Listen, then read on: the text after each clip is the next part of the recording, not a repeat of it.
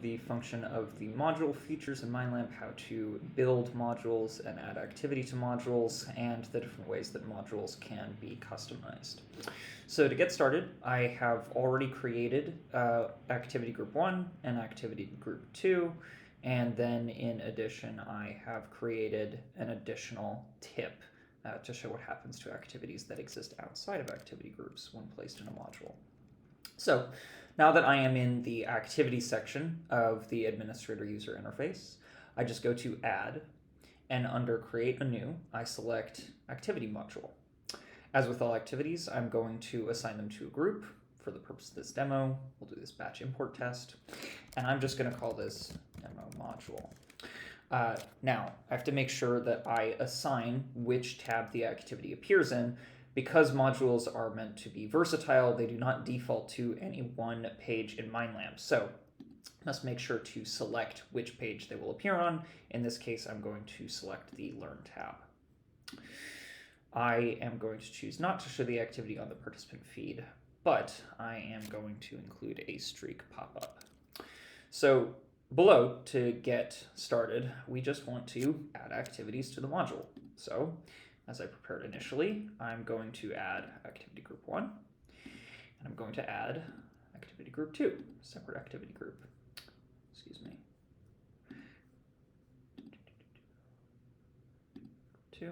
And then finally, as a bonus to those activity groups, I'm going to add a tip that is going to sit in there as a little plus. Now, these 3 buttons each do different things. Sequential ordering configures the module so that activities within that module will only appear after the first activity in this list is completed. So for example, I could not complete activity group 2 until after I had completed activity group 1, and I could not interact with the extra tip until I had completed both activity group 1 and activity group 2. For the purposes of this demonstration, I'm not going to use this.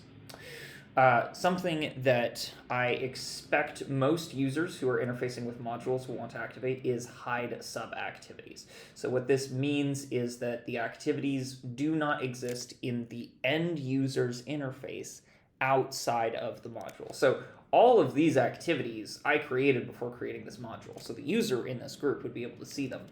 By selecting hide sub-activities, any activity or activity group that I've put in here will not appear in the user's interface, and this can really help to minimize clutter.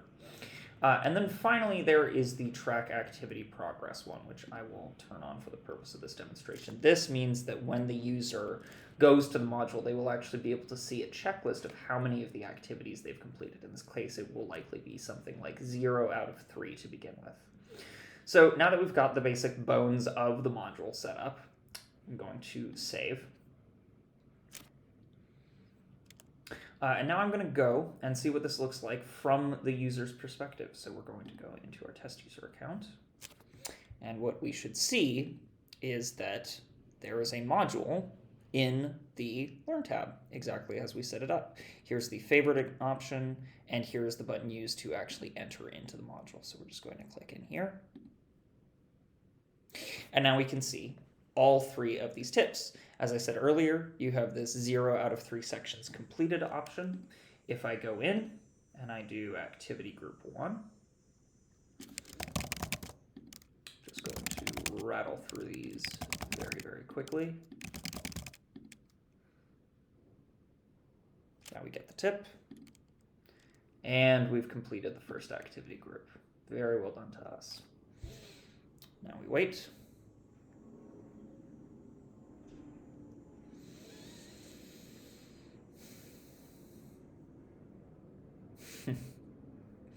And we can see we're back in the module, and 1 out of 3 sections have been completed. So that's a very quick overview of how to configure activities within a module.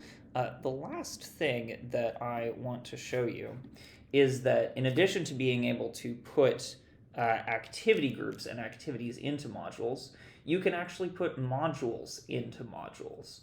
So what I'm just going to do is I'm going to create a module that is going to contain the first module that we created. So I'm going to call this module in module demo. I would also like this one to appear on the Learn tab. I'm going to not include that. Similarly, I'm going to hide sub-activities. And now, all I'm going to do is add the demo module. So this is a little bit redundant because there's only one module that is going in here. So this isn't really reflective of a use case. You'd probably want to do this if you had multiple modules going within a module, or a module and a couple of other activities. But for the sake of demo, we'll just include this one. So now that we've hit hide sub-activities, the first module we created is not going to show up outside of this second one that we are binning it in. So now we've created it. I go back, we wait, and now I can see that the only module that exists in the Learn page is the module within the module demo. If I go and I click into the module, I can see we have the demo module exactly as we had initially configured it. And then we click into that, and we see the activity groups that we had initially made. So this has been a run through of the use and functionality of the module feature in MindLamp, and I hope it was helpful.